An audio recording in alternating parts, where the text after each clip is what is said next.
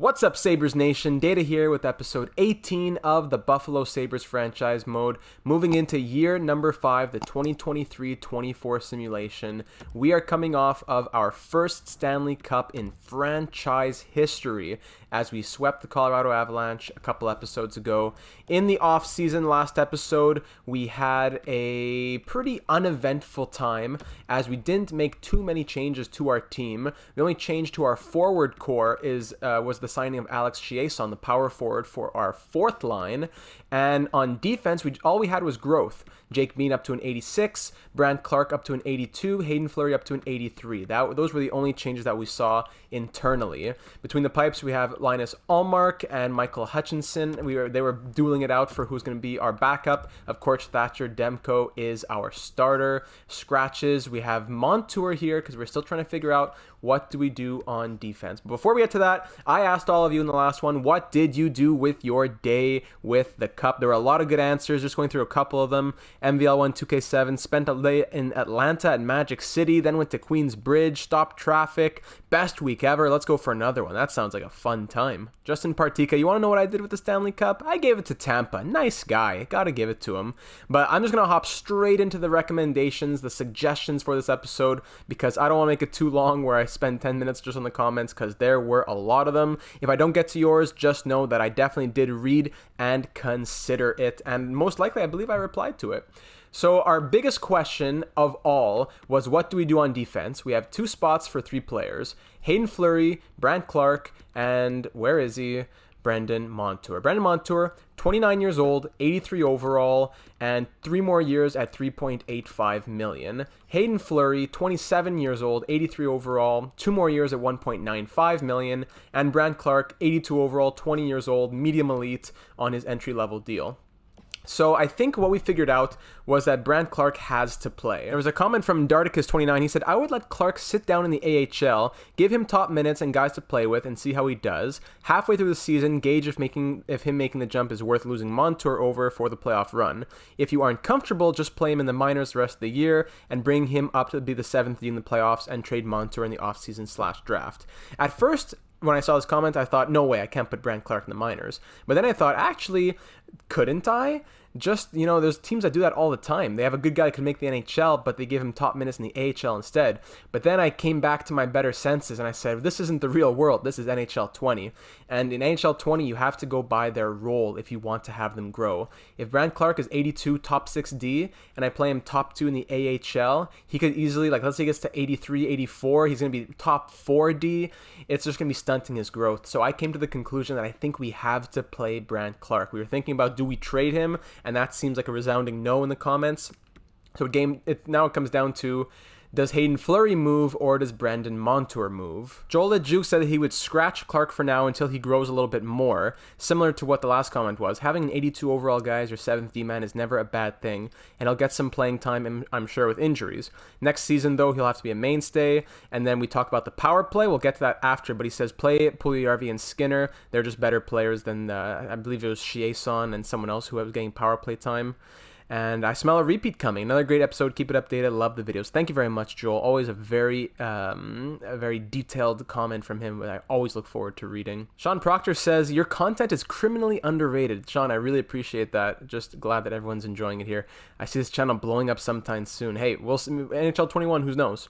Anyway, Clarke looks like a stud. If you trade him, I think you'll regret it. He's got the potential overall, and he's young. He's going to be great. If anything, trade him once you can't afford to re-sign him. Montour has definitely been solid, and it's sad to see him go, but you have to do what's best for the franchise and make room for the young guys. No reason to shake anything else up and see if there's a steal at the deadline. Roll through next season and let's win another one.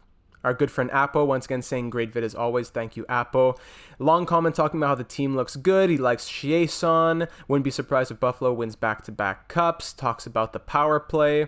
And says try maybe a mix of Chiasson, Timashov, Skinner, Puljujärvi. So we'll think about that. Thank you very much, Apo. TicTac77, Clarke's growth and trade value suggests he's going to go up significantly. Bet on him. Trade Montour for draft picks and depth D in case of injury. Mikey agrees on the power play. Definitely mix up that first power play. Get them to a +3 at least. That would definitely be ideal. Multi-Stuffs, great video. Love it as always. But I think Montour's got to go. The plus-minus has been as high as your GMIQ, which is good because I think that was over 100. But you can't miss out on an 82 overall 21-year-old with elite potential. I believe he's even 20. Yeah, he's 20. Trade him for a goalie prospect and call up Hutchinson, get a solid backup, maybe squeeze in a third and a fourth. We'll see what happens. Yoshida, we don't know. And then he also mentions Bo Horvat top 50, who is on the trade block.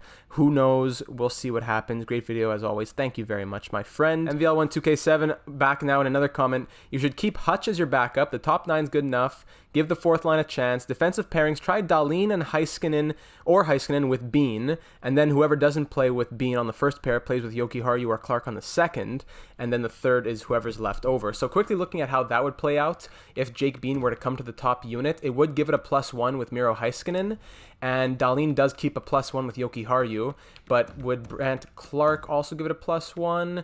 Wouldn't give the third pair. I'd rather go like this. But Rasmus Dahlin, 91 overall, and a very offensively minded 2AD, coming off a 61-point season. I think I'd rather keep him with Heiskanen and not get the +1, because Bean, playing on the second pair last year, went ahead and scored 63 points. So I think they're happy where they are. If anything were to ever start happening with the +-, my first go-to move would be to switch that up, but I think for the moment we'll start it off like that.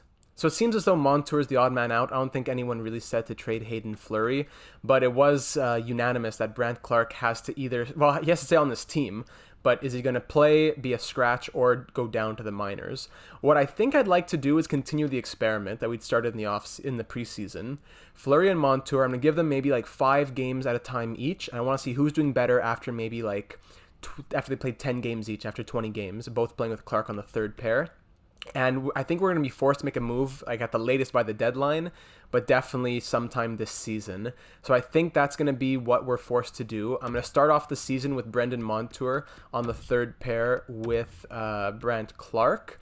And on the special teams, we mentioned trying to get +3s, etc., etc. Chiasson and Timashov give it a +3, and they've been doing well, but does it make sense to do that? Timashov has 2 check marks, so it wouldn't be bad to keep him, but Jeff Skinner and Jesse Puljujarvi need to have time as well. So Skinner does give it the keeps the +3, so we could switch him with Arvidsson, since Arvidsson's on his offside there.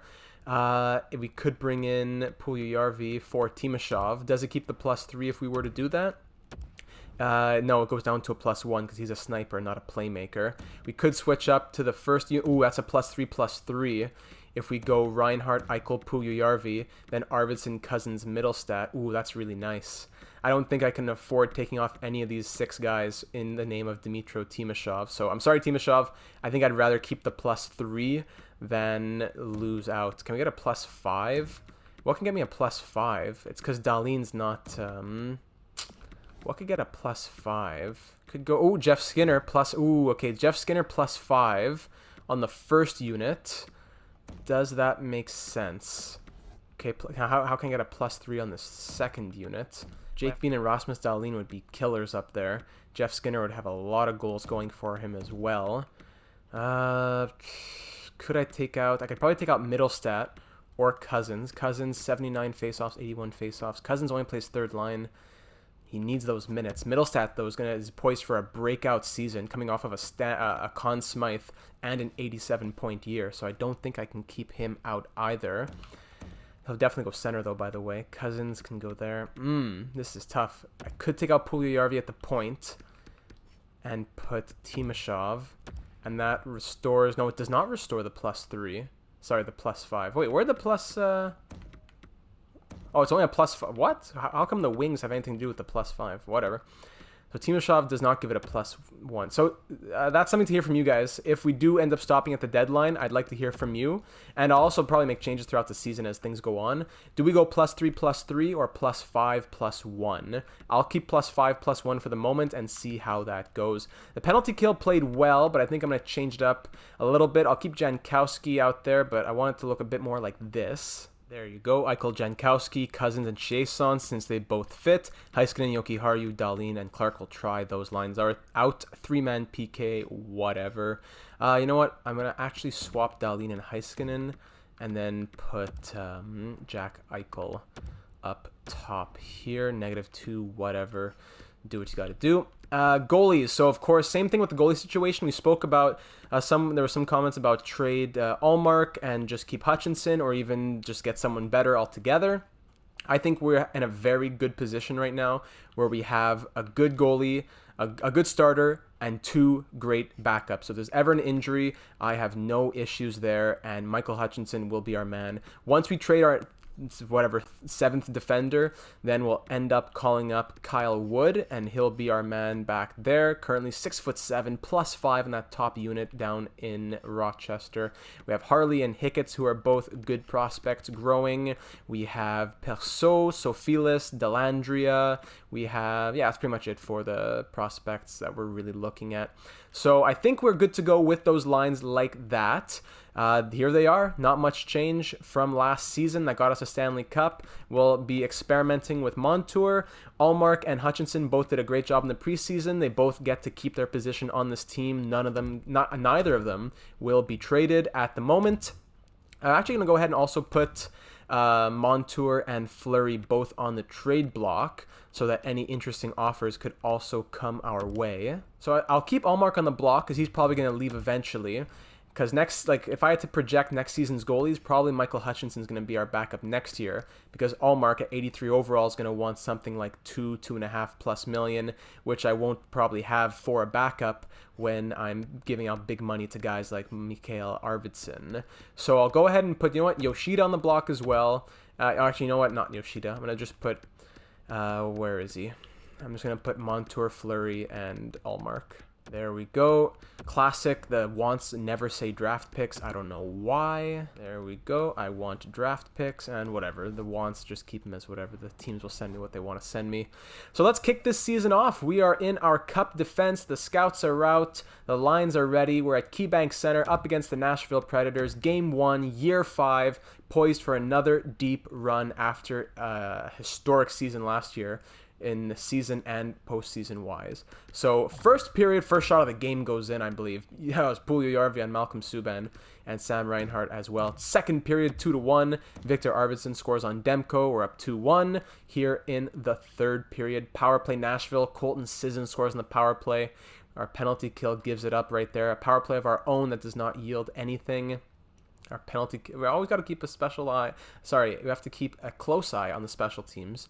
Jake McCabe, former Buffalo Sabre, puts Nashville ahead, and we're down by 1 with 2 minutes to go. Power play late, pull the goalie, and Alex Chiasson, with 11 seconds left, ties up the game, not even on the power play, right after, I suppose. And we're headed to overtime in the first game of this season. That is huge. Nothing comes from overtime, and we win it in the shootout. Let's go. Sam Reinhart and Jake Bean. What a comeback. Great game. Great performance from everybody as we take game number 1, 4-3 in a shootout. You love to see that. Let's get some simulation done like we said. I'm going to go ahead and do off camera. I'm going to switch Montour and Fleury every 5 games, and at game number 11 we're going to stop and see how they both did through the 10 games. So I'll see you at game number 11 against the LA Kings, which will be after game number 10 against the Anaheim Ducks. Dylan Cousins, sore foot over here in the NHL, so that means Jankowski's going to slot into the third-line center role. Can either of these guys play? Ooh, Alex Chiasson looking good. 65 face-offs and 71 face-offs. So John Quinville slots in for him over here on the 4th line. Can't play center as well, so Asplund will go center, and we'll fix up the power play and keep rolling. So closing in on the 10-game mark, huge 9-2 victory there. We are currently 6-3-0. MCL sprain for Sam Reinhart. Yikes. Give me a second while I fix that one. All right, that's taken care of. So we're 6-4-0 through our first 10 games. A bit of an up and down road here. 17 points in 10 games for Sam Reinhart. He has been killing it. At the moment, the lines are going to look like this until he comes back from his injury in almost a month's time. +3s in the top 9 remain, but Arvidsson's going to get a big opportunity to show what he's got on that first line. So anyways, those are the lines for the moment. Checking out the points and more importantly, the performances of Brendan Montour and Hayden Fleury. So Reinhardt and Eichel both are tied with 17 points through 10 games. Eichel 11 and 10, Olofsson 9, Puljujärvi 8, Chiasson 6, which is nice. Starts to drop off after that. Let's go all the way to the bottom where the defenseman will be. Actually, let's just sort by defense to make it a bit easier. Hayden Fleury through 5 games is no goals, no assists, +3. Brendan Montour, no goals, 1 assist, +1. So again, not a lot to go off of, and hard to judge with just that as the sample size. So we're going to go until they play at least maybe 10 or 15 games each, and then we'll know a bit more. Thatcher Demko has played in every game so far this season, has the 6-4-0 record with 1 shutout, 917 save percentage, 2.59 goals against. So no need to go too much deeper than that. It's only been 10 games. I'm going to keep this rotation up. I'm now going to do a 10-game split, where I'll give 10 more to Fleury to make him have 15 total, and then I'll give 10 to Montour. So I'll probably see you close to the end of the month when Sam Reinhart is back from his injury. Back in the win column here, that's 4 in a row, 5 in a row now, 4-1, 5-4, 5-0. Head coach replace him, 5-2. Brant Clark fractured jaw. Yeah, he's out for a little bit. So this is where injury help will be big. Hayden Fleury through 11 games had 1 goal and was a +7. Wow. So Brendan Montour will continue to be able to showcase his talent now against the man who he's fighting against. Brothers in arms going up to war. Weaker class than normal, says the amateur scout. Okay. 3-2 loss against Anaheim. 4-3 shootout win against... back spasms. Yikes. What's with all the injuries here? Once again, the depth is going to come in to save us, though, as Linus Ullmark will be replaced by Michael Hutchinson. Fantastic. Toronto Maple Leafs, you beat them 2-1. James Neal in 2/4. That's interesting. But James, AHL top 6 potential? No, he's not good anymore. 2-1 win. Thomas Yurko's back. Go. Tampa Bay Lightning. We beat them 6-3. Perfect. New Jersey Devils. We beat them 4-1, and now we have some changes to the injury status over here. Brant Clark and Linus Ullmark both back from injury. Hutch didn't end up playing, but he was there to support everybody on the bench, and Ullmark can come back, and Brant Clark as well will be able to come back. How has Montour done? He played 4 more games, he got a goal, and went up +1. Okay. Hayden Fleury's now played in 15 games, so it's time for him to come out. And we're going to go 6 more games with Brendan Montour. And then we can judge 15-15. We'll simulate... we said 6 more. So 1, 2, 3, 4, 5, 6. We'll go to this game against the Hurricanes. And then we can pause to see more stats. 5-4 shootout loss to the Toronto Maple Leafs. 3-2 overtime win against the Chicago Blackhawks. Jeff Skinner, mild concussion. Man, what is going on? So congrats to Timashov. He's going to get called up to the second line. Chiasson can go to the third line. And we'll have to call somebody up to play on the fourth line. So I went ahead and called up Frédéric Gauthier. He's 6'5", great defensive forward. He can be on that fourth line with Quenneville and Jankowski. It's only for like 1 game, so not a big deal if I put him in for all of Skinner's places. Well, not for 1 game, it's only for a couple games. And Sam Reinhart's about to be back himself, whatever. Best lines in Rochester. Winnipeg Jets, we lose 3-2 in overtime against them. Skinner's back, and so is Reinhart, I believe. So already got to make those changes again to the system. You don't got to watch this. That is the job of the general manager. Frédéric Gauthier, 1 game, 2 assists. What? All right, great job, Frédéric. Jankowski, 3 goals, 4 assists. I should send down John Quenneville and keep Gauthier, maybe. Nah, he's playing well. Whatever. Gauthier can go back down. I don't think he'll get claimed on waivers. Perfect. Actually, it's still a playable injury, and Reinhardt's coming back from his injury, so I'm going to go ahead and just put him back in the lineup and keep Skinner out another couple days. 5-3 loss against the Hurricanes. Back into the menu screens. Here we go one more time. Woo, thank goodness. That's all done. Columbus Blue Jackets, we beat them 4-3. And one of my better prospects in 2/5 for 2 seconds. No, thank you. We're 17-6-2 here at the 25 game mark, as we're going to go ahead and take a little pause here and see how Montour and Fleury have been doing after they played 15 games each. Jack Eichel, 31 points in 25 games for him, killing it right now. Let's go just sort by defense, and here we go. Montour, oh, actually, he forgot he has 1 more game. At the moment, though, still trailing behind in the plus-minus. All those injury fixes made my brain get fried.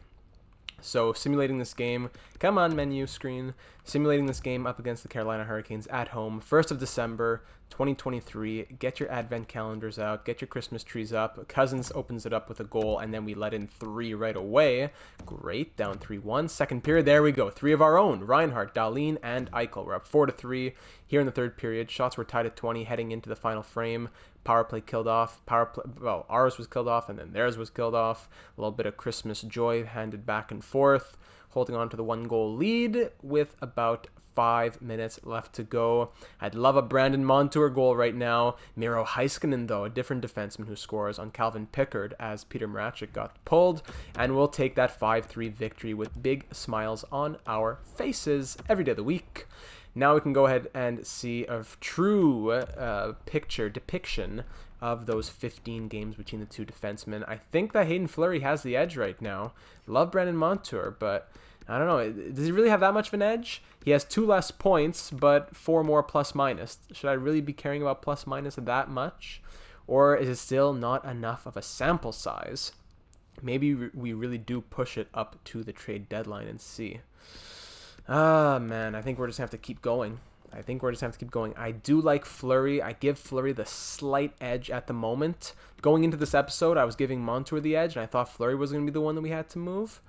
But I think that right now Fleury has the edge, so I want to see more from him, see if he can continue showing me more of what he's been showing me.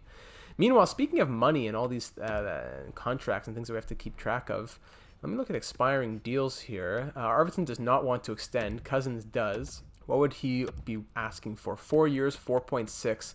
That's not a bad deal at all, but he would be a UFA. That's why I would like to give him a bit more than that. But to be honest, we don't have to think about it too much because we won't be going another 5 years, I don't think. If we were to sign him for 4 years, that would bring us to, 4.65 times 85% is only 3.95. We get 4 years, 4 million. Or we could go more like 5 years. 5 years would be 5.075. 85% of that is 4.325. So we could go 5 years, 4.325 for an 85 overall Dylan Cousins. I think that's a pretty fair deal. I know we could go 4 years and get him cheaper, but that 5th year is pretty key, I think. We could go all the way up to 8 years and get him, that would be not bad either. We need to think about the extension dollars. We only have 8.5 million in our extension dollars. That's why Brendan Montour is probably the guy who has to go. The more I think about it, not going to sign Cousins yet, but it's really getting to that point where I think Montour might be the one who has to go. Especially now that I see the numbers. When the books come in, the books don't lie. We got to cook the books over here. Into the month of December. I'm not really thinking about exact game numbers anymore between the two. First and oh, come on, that was one of the worst trades I've ever been offered from the Predators. We're not really looking at exact numbers of games played. It's more whoever plays the best gets to roll. 6-4 win followed by back-to-back losses to the Bruins and then a loss to the Devils. We break the 3-game lose streak with a win against the Canadiens.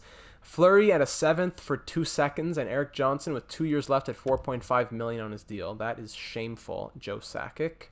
3-2 win against them, 2-0 win against the Tampa Bay Lightning, 7-1 win against the Avalanche. Love it. Christmas break now with a nice 4-3 win against the Avalanche. Actually, not Christmas break. We have a game on the Christmas Eve coming up. Let's go see the Christmas Eve special. I have a Christmas gift for Brendan Montour, and that's going to be a spot in the lineup. Against the Penguins, we lose 4-2. We're 24-10-2. Can we go on to Christmas Day with 25 wins in our pocket? Fleury plus 11 and 3 points. Looking good. Brendan Montour, and I give him that shot. Here you go.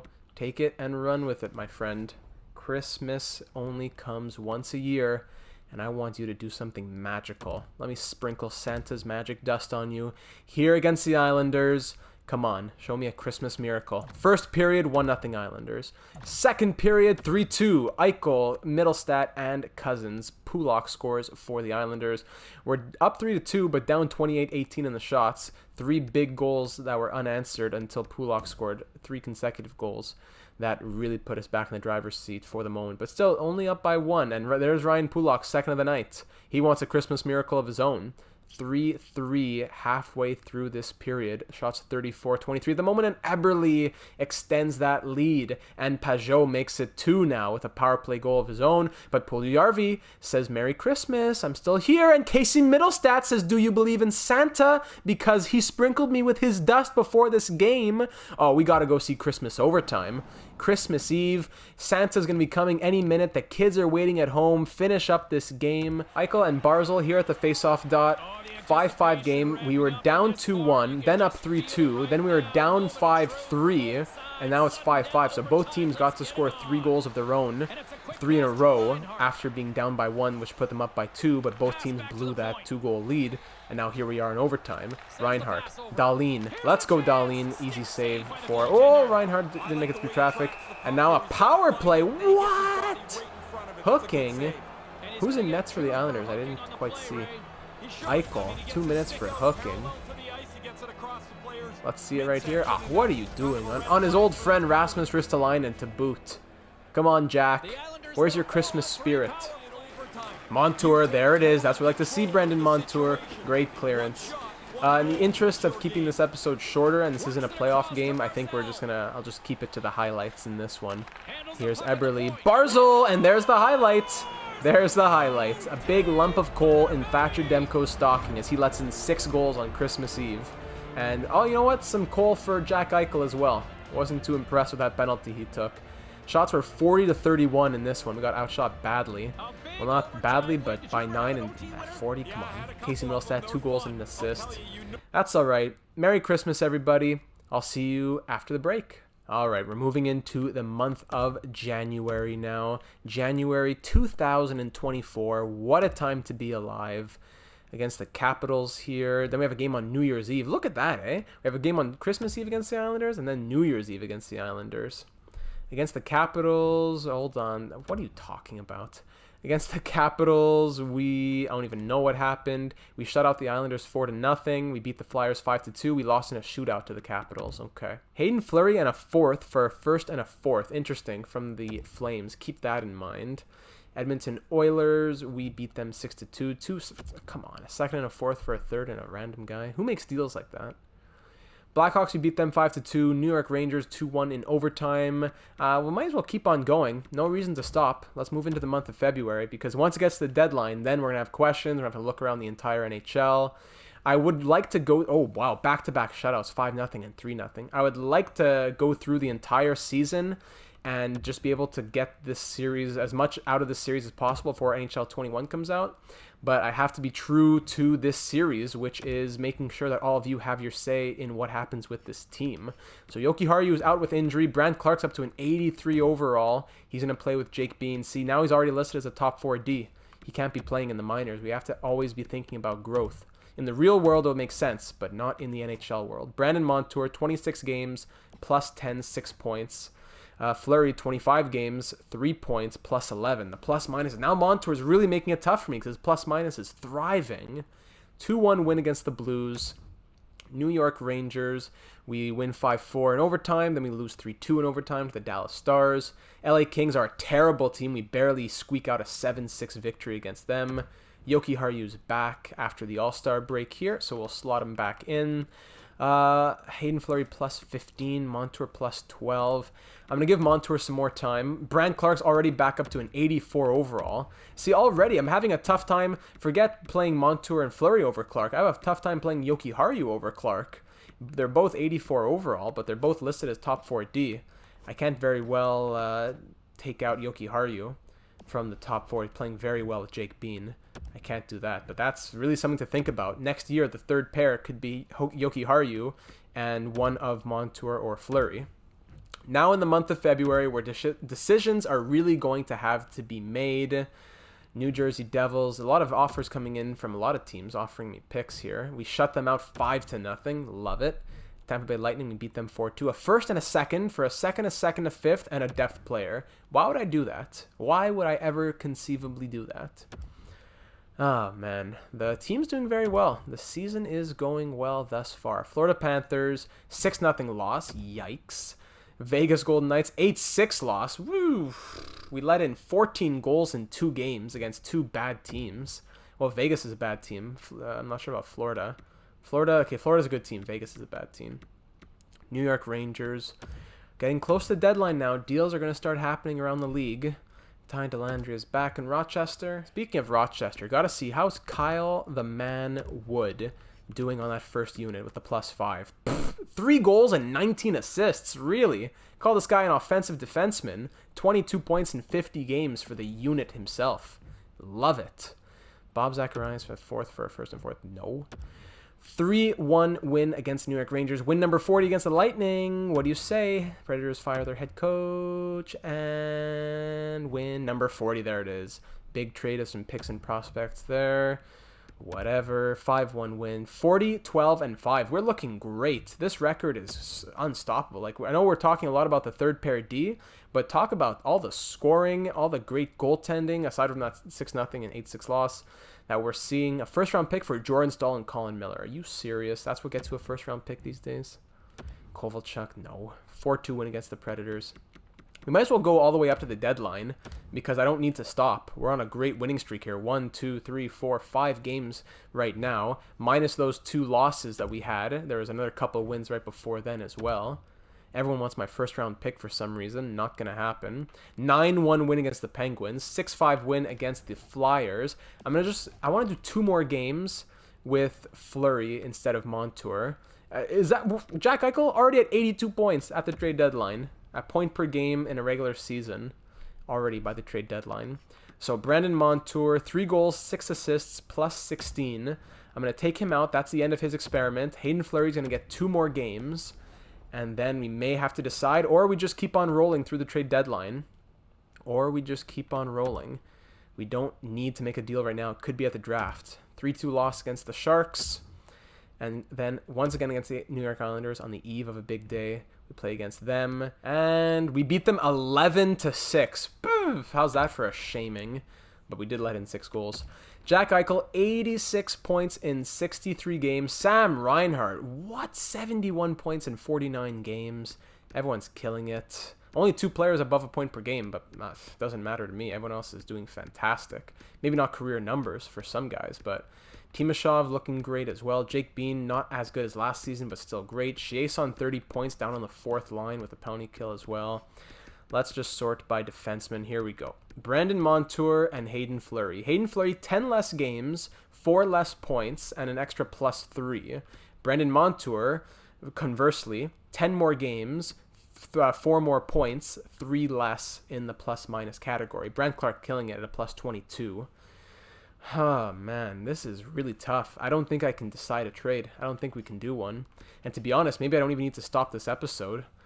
Demko's doing pretty well. So is Linus Ullmark, 11-3-1. Yeah, there is no reason to stop anything. Full steam ahead is what I'm thinking. But of course, always got to do our due diligence. Let's check out the trade blocks. If there's really a big question on the trade block, I'll pause the episode. But if not, I think we might just bulldoze through to the end of the season. All right, so here we go. Ducks, nobody. Coyotes, a lot of guys in the Coyotes, including Oliver Ekman-Larsson, 88 overall. Possible in the last year of his deal. No, 4 more years. Not a bad contract. 4 more years at 8.25. He fits all our defensive lines and our penalty kill lines. Wouldn't be a bad option, but we don't really need a top 2D. Yeah, he doesn't score as much as he does in real life either. Actually, yeah, I guess that's fair. But I don't think a full trade bar value. I don't think that's someone we need to go after. Ilya Kovalchuk, 2 more years. Yeah, he's going to retire for sure. Zadorov, I think we'll pass on those. Torrey Krug, 5 more years. Can't take that contract. Lehkonen. Is that Mark-Edward Vlasic? How the mighty have fallen, eh? Jet Wu. No. Some random prospects. Joe Thornton, 44 years old. Oh, maybe we go after Big Joe. We might just go after Big Joe, 44. Not just to try and get him a cup, but at 44 years old, that's just crazy. All these guys are on expiring deals on the Red Wings. Bertuzzi, Hronik. Not just like if he was like 40, 41, you know that he has another couple years in him. But Joe Thornton at the age of 44, you know he's about to retire. Minnesota Eriksson Ek, 1 year at $4.2 million. Joel Eriksson Ek, not great numbers. Pass on that. Max Domi on the Canadiens, Fits our top 6 forwards. 3 more years at 7.6 million. But again, not really guys we need. Not really guys we need. Our top guys are set. All of the Predators are on the trade block pretty much there. Devils, Kyle Palmieri, Blake Coleman. I don't think any deal is going to happen unless something really insane pops out. Robertson, no. Kostitsyn, Rust. We were thinking about Rust. Only 2.9 million on his deal. Two-way forward. Fits the first line. Not really what we would want. A first liner. We could play him on the third line. Bump down Timashov. Give it a +3 on the bottom line with Timashov, Jankowski, and Chiasson. Asplund becomes a healthy scratch. Wouldn't be a bad idea. Would be costly, but not a terrible idea. Evgeny Malkin also an expiring deal. Malkin's always a monster for simulation, but I don't know. It seems a bit cheap to always go after Malkin and Ovechkin when they're always on expiring deals, and you know they're going to perform well. Avramov, Baikov's on the block. Bo Horvat here, top 50. Here he is, 38 points in 42 games. 6 years left at 9.55. We can't afford that. Vegas, McNabb, Robinson, Vilianola still there. Okay. Oh, I don't think there's really any moves to make here, guys. I don't think we're going to trade away or trade out. No ins and no outs. How's everything looking here? We have a 23% power play, 81.9% on the penalty kill. Man, it's tough. Like, this team is very good, but could we make it even better? Power play is in the top there, 23. And penalty kill at 81.9 is not at the top per se. Pretty good, but not at the top. Yeah, in the middle. Who are the best players around the NHL? Who are some guys who are overperforming, who could be a third liner and fit our penalty kill? Eichel leads the league. Sagan, Besser, DeBrincat. Any surprises is what I'm looking for. Dominic Cahoon. What? 64 points in 63 games. Because he's playing on that first line with Tyler Sagan. That's why. Wong. What a king. Trevor Wong. 20 years old. 89 overall. Absolute monster. Josh Bailey. Maybe that's a kind of guy. Fits the third line. Woo! Fits the third line. Josh Bailey. He has 59 points in 64 games. Josh Bailey. Now that would be interesting. I don't recall seeing him on their trade block. It's a divisional rival of a team that's playing well. Would that make sense? I don't know. But he does fit the third line. I think I'm going to have to pause it and let you guys give me your thoughts. Even though there might not be any thoughts, but I just got to hear, maybe there's something I'm missing. And I got to do my due diligence to hear from all of you. Zuccarello, 84 overall. Daniel Sprong, here he is. Ooh, he fits the penalty kill lines. I need to go look at, let's just look at people who are on expiring contracts, not necessarily on the trade block. Let's say any forward who is on an expiring deal right there and is at least 81 overall and has defensive awareness, not even defensive awareness. I want to know more about stick checking and shot blocking, because that's what's important for the penalty kill. Stick checking, it doesn't have to be crazy, but let's say, like, at least 82 on the stick checking. Are there any players that come up? 111 of them. Yeah, way too many. We'll say 81 to 86. That's really pushing it for a third liner, because I remember Rust was an 86. And we also want to sort by age. We don't want to see people. We're going to say expiring deals and, I don't know, at least 20 years old? How old are those guys? Okay, yeah, we'll say at least 23. Down to 93 now. Got to keep refining. Just keep on refining. Not going to pay, okay, obviously not paying $14 million for somebody. So max salary cap, whatever, like, I don't know, 7 million. I'm not paying something crazy, ludicrous. I only have, I have 3 million of cap space. If I trade Montour, that gives me 6. Something, yeah, 7 million would probably be pretty high. Yeah, okay, whatever, 7 million. We'll say 7 million. That's pushing it. Okay, refines it a bit more. So to refine it even more, I'm going to say stick checking and also shot blocking. So we can have both those defensive stats. Let's say at least 83 stick checking and 83 shot blocking. Let's do that. We really want to get someone who knows what they're doing out there. brings it down to 31. All right, much better. Dylan Cousins, monster. Okay, here we go. Kiefer Sherwood doesn't fit. Goodbye. Jason, we have him. None. Okay. Jack Roslovic, center. 85 defensive awareness, 83 shot blocking, 87. Doesn't say anything about the penalty kill. Ideally, it's bottom 6 forwards / third line and penalty kill. Does anyone fit the penalty kill lines? No one yet. Okay, here. Nolan Patrick. Way too much value, though. Yeah, Nolan Patrick's a good player.